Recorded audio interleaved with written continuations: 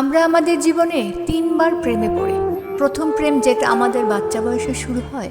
এই ভালোবাসায় আমরা শুধু একে অপরের সাথে সময় কাটাতে পছন্দ করি।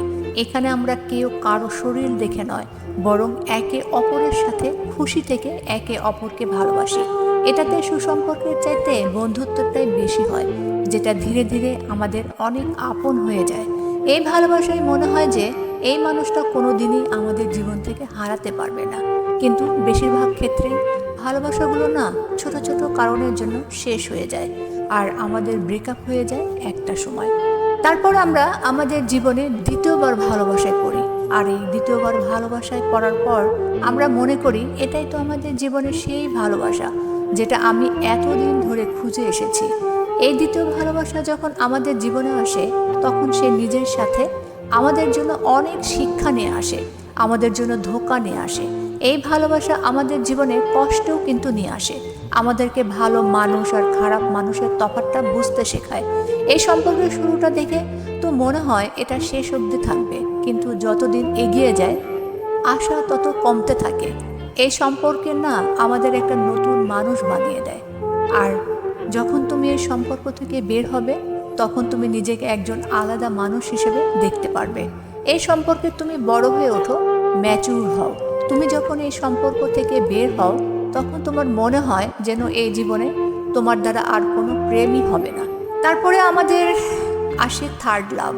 হ্যাঁ, ঠিক সেই সময়, যে সময় তুমি মনে করো যে এই জীবনে তোমার দ্বারা আর কোনো নতুন করে ভালোবাসা হবে না, তখনই একটা মানুষ তোমার জীবনে সারপ্রাইজের মতো এসে পড়ে।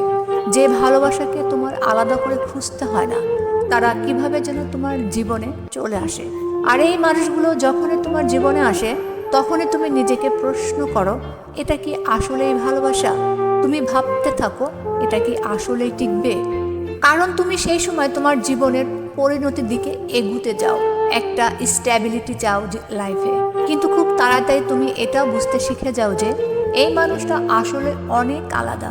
এই মানুষটার ভালোবাসার ধরন আসলে আগের সম্পর্কগুলো থেকে আলাদা।